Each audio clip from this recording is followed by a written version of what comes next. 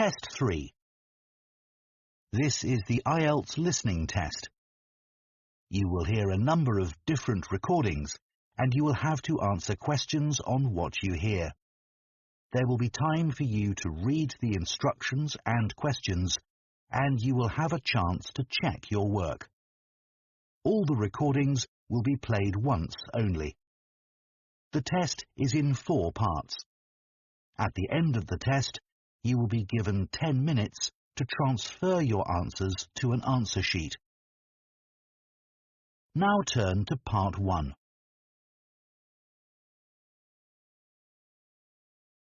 Part 1. You will hear a woman phoning the owner of a house she is going to rent about companies that she could rent furniture from. First, you have some time to look at questions 1 to 5.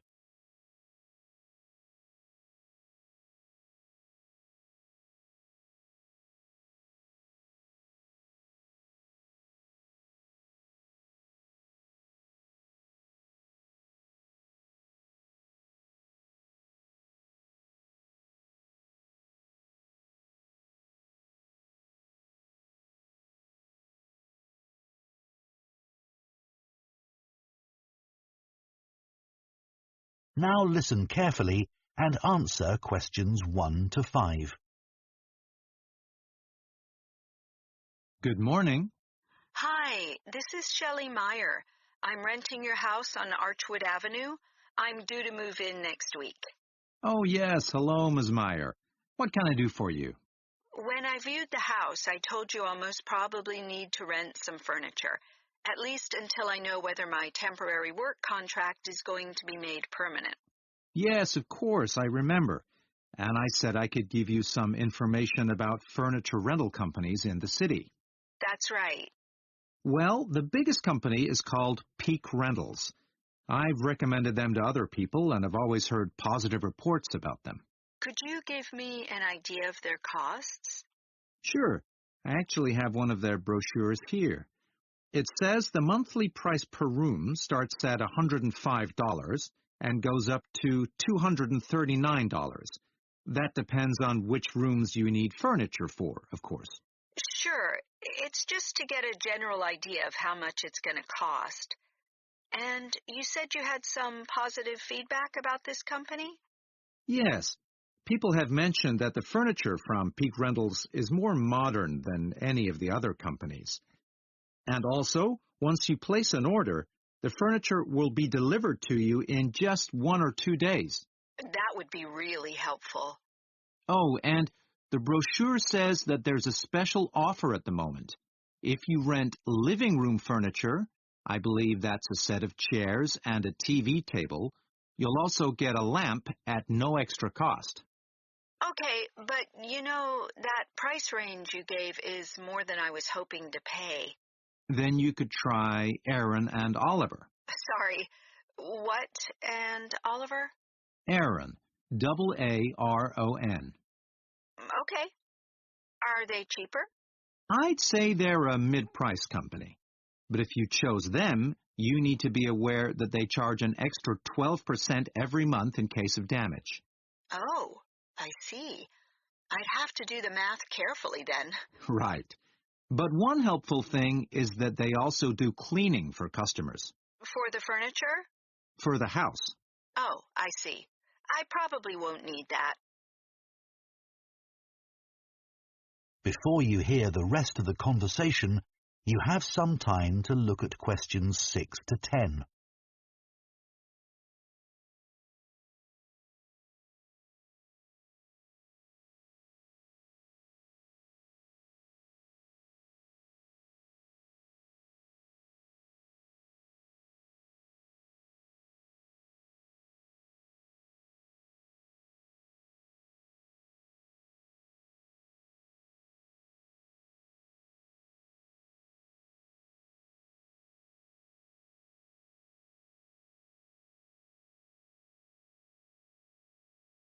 Now listen and answer questions 6 to 10.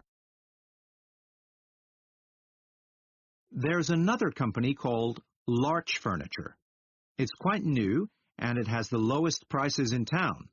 That's for both furniture and also electronic equipment. Well, that would be good.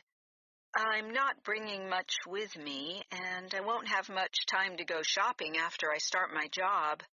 There are two things you need to know about large furniture. First of all, you have to take out insurance on the furniture, and you need to organize that yourself. That wouldn't be too hard. Also, you can't take out a contract for less than 6 months, but I figure that might not be a problem for you. You're renting the house for 12 months, after all, aren't you? Yes, okay. Well, Sorry to interrupt. I just thought of another furniture rental company. It's called Space Rentals, and it's located very near to the house. Okay.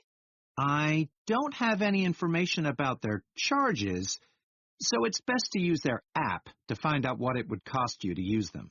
Okay, thanks. I'll do that. One good thing about that company is that if you don't like the furniture once it's delivered, you can request exchanges, as long as you do that within a week of receiving it. That sounds really great. Okay. Well, thanks very much. That's so helpful. That is the end of Part 1. You now have 1 minute to check your answers to Part 1.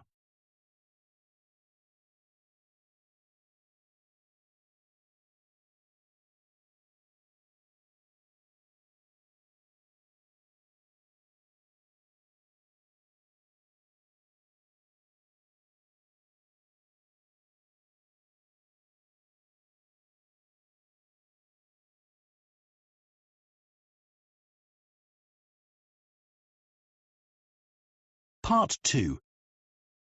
You will hear an archaeologist, who is part of a community project to excavate an ancient village, talking to members of the public who are visiting the site.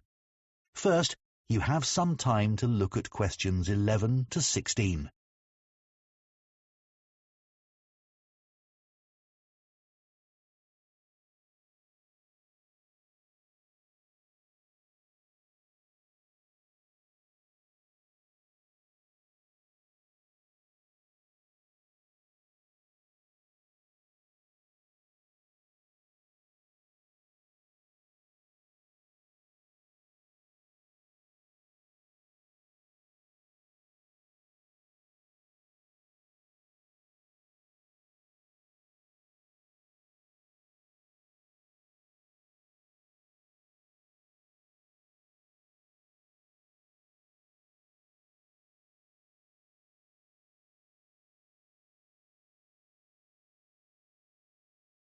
Now listen carefully and answer questions 11 to 16. Hello, I'm Hayden. I'm one of the archaeologists investigating the site here at Bidcaster. This is the third summer for this community project, and most of the people digging here are volunteers. I'm a full-time archaeologist for the town council, but I was asked to join the project by NHA, a charity which sets up projects like this up and down the country. As you can see, we're next to Bidcaster Castle, which is great because the owners let us use their facilities. So, how did we get to where we are today? Many archaeology projects happen when an ancient object is found, and in our case that object was a gold coin. Coins are often found by people using metal detectors to look for things buried in the ground, or coins are uncovered when wild animals like rabbits have been digging tunnels.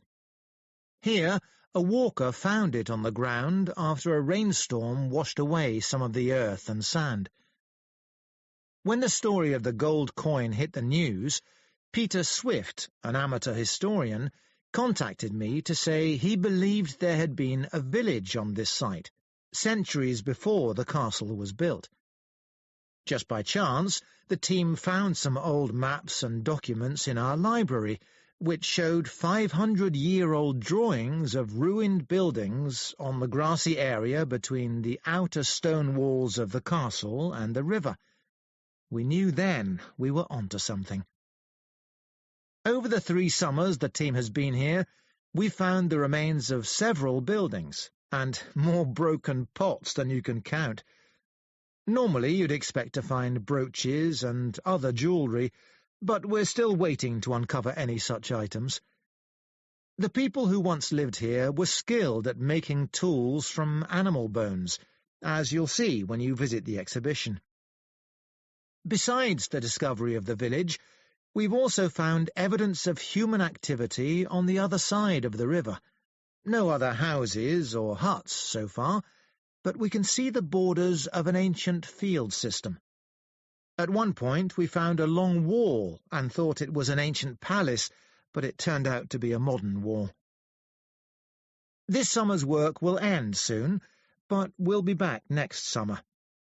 In the meantime, we're putting on a series of guided tours for school groups this autumn. Oh, and maybe you saw the TV documentary about our project. That suggested the objects we've found are going to the town's museum, but we don't know that for sure yet. You hear the rest of the talk. You have some time to look at questions 17 to 20.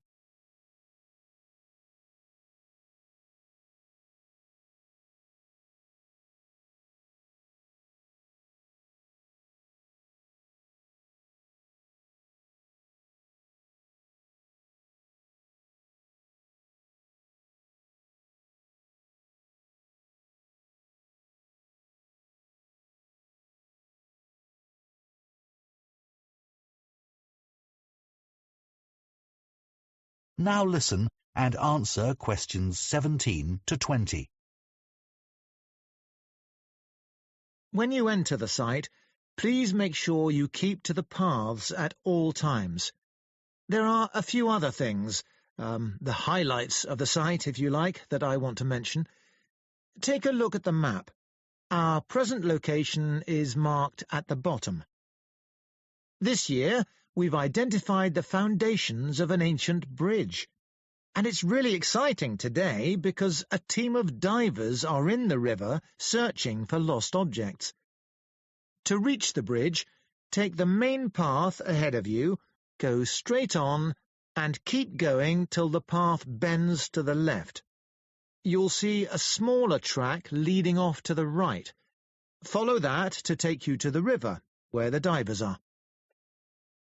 You might be interested to see the rubbish pit. This is very near the castle walls in the northwest corner of the site. It actually dates to the time of the castle and not the ancient village. We found oyster shells and fish bones, and we assumed they were thrown from the castle kitchen above. One area we excavated in the first summer uncovered the site of a meeting hall.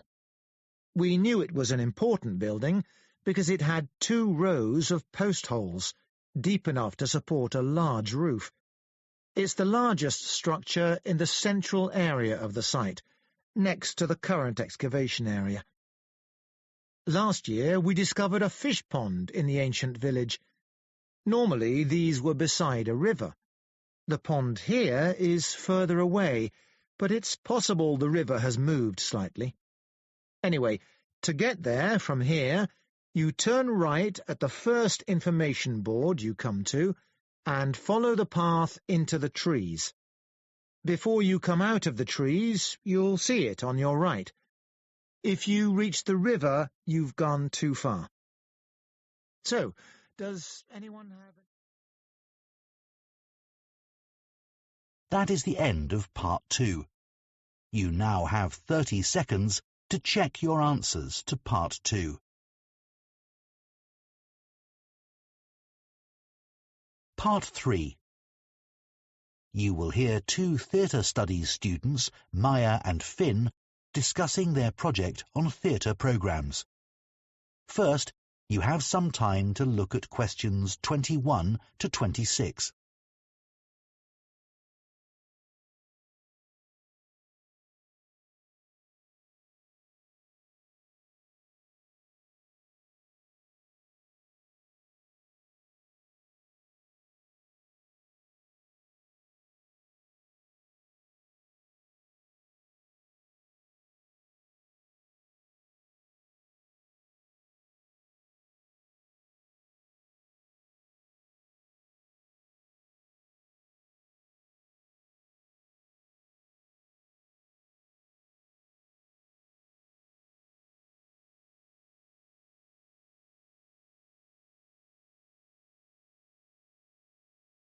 Now listen carefully and answer questions 21 to 26.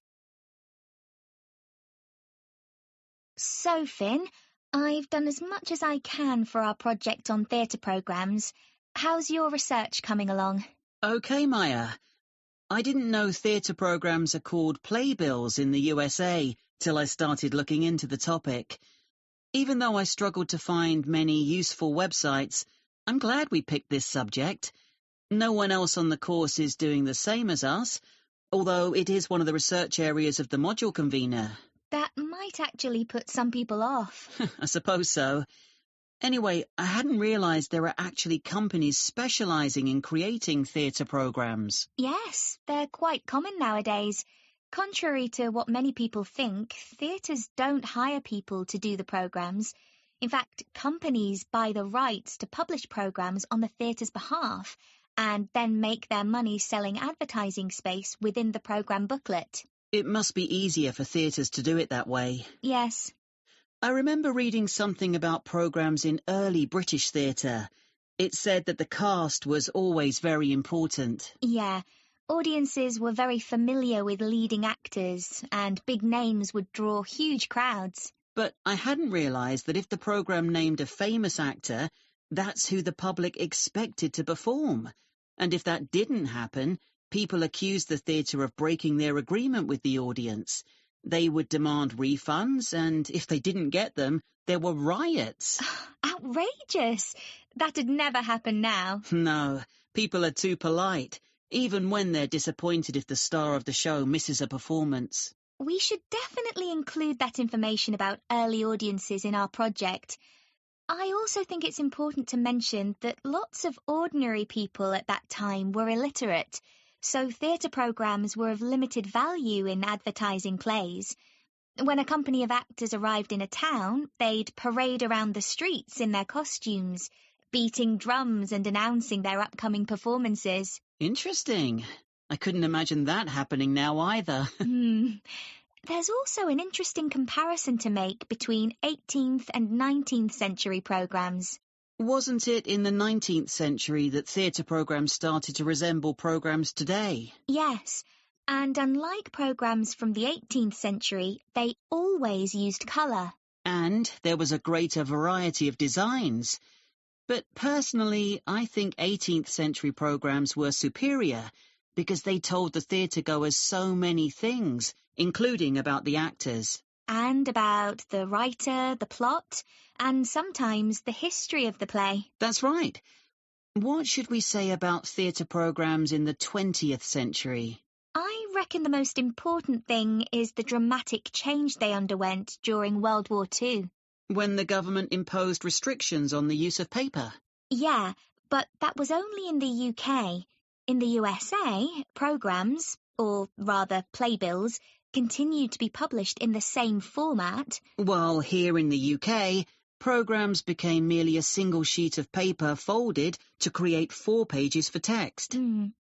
What I don't really get is that after the war, they didn't go back to being more than one sheet, or change in any way for over 25 years. I know there were paper shortages after the war, but only for 5 or 10 years. Strange. Before you hear the rest of the discussion, you have some time to look at questions 27 to 30.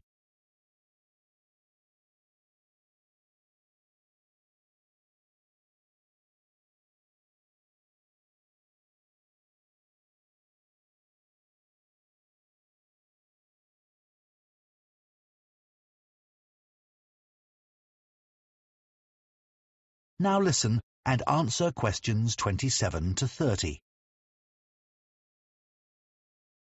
I've got some pictures of programmes we could include on the slides for our presentation. I found a couple too, Maya. Let's go through and see what we think.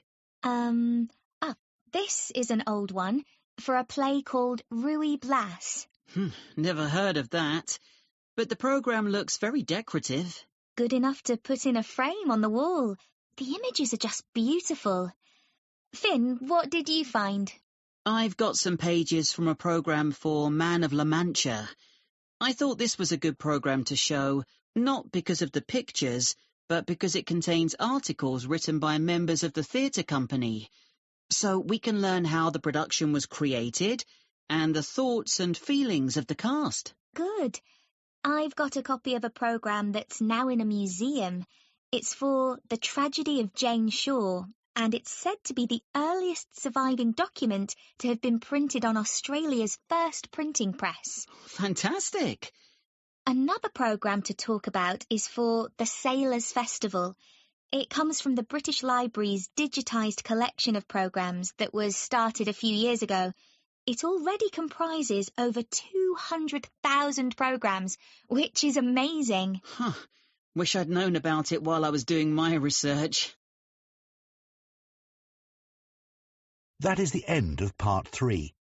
You now have 30 seconds to check your answers to Part 3. Part 4. You will hear a design and technology lecturer talking about inclusive design. First, you have some time to look at questions 31 to 40.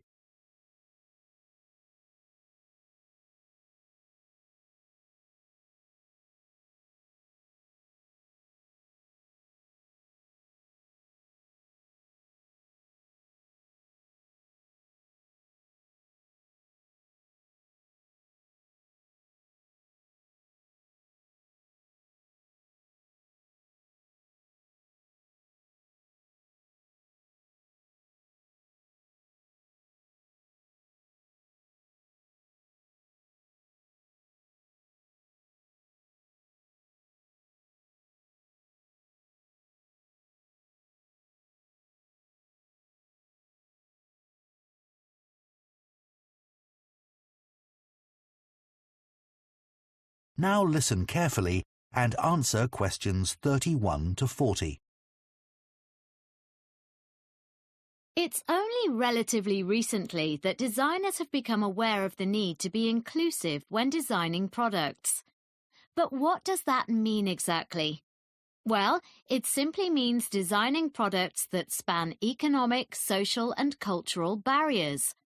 It means making sure products are accessible, so that as many different types of people as possible can use them without any type of adaptation having to be made to the original design. Inclusive design is often linked with universal design, although they are not quite the same thing. Universal design aims to make products that work for everyone, and that includes considering the needs of people who have cognitive difficulties, which can present quite a challenge. Today, examples of successful inclusive design can be seen all around us. In workplaces, it is common to see desks which can be adjusted to suit people of different heights, or for wheelchair users. This still isn't always the case, however, and is one reason why office workers often suffer from back or neck problems. You'll find another example in the public toilets of countless hotels, airports and offices. Taps that you activate by sensor require no pressing or twisting movements. These are not only more hygienic, they're also easier for people with dexterity or mobility issues. The tech industry has been criticised in the past for focusing too much on young consumers, but this is changing. Many products are now designed with the elderly in mind. For example, it's well known that vision declines with age, and that we also become worse at distinguishing between similar colours, in particular shades of blue, which is why software designers rarely create interfaces with this colour. Motor skills also decline with age, and some people have difficulty doing everyday things, like picking up a cup or opening a door. This can also affect their ability to use a mouse or keyboard. So voice access is now a routine way of making commands.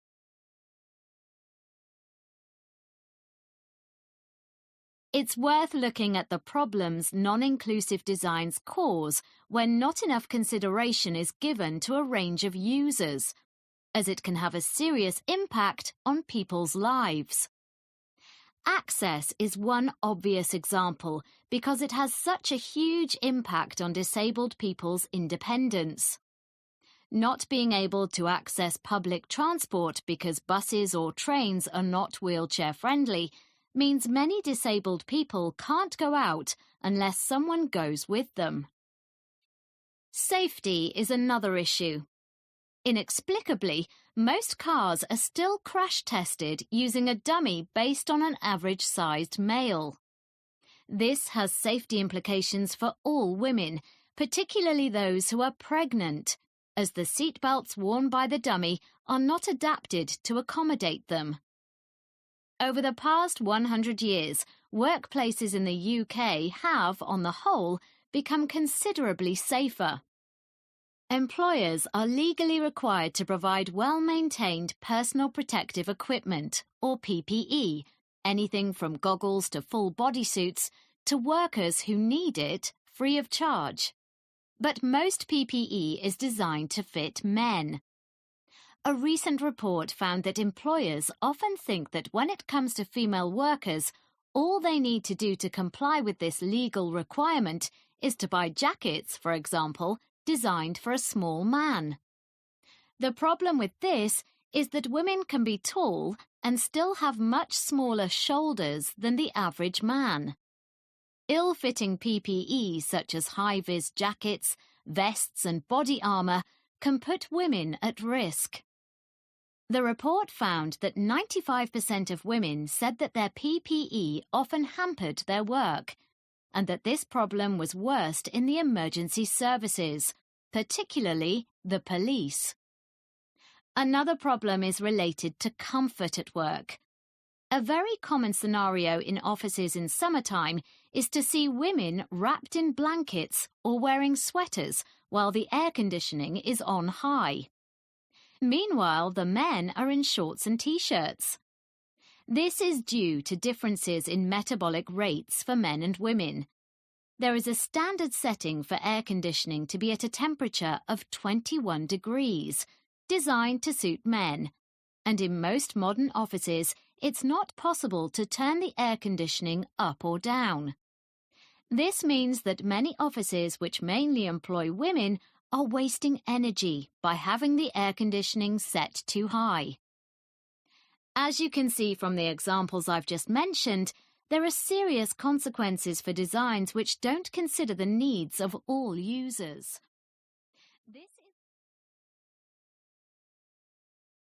That is the end of Part 4. You now have 1 minute to check your answers to Part 4.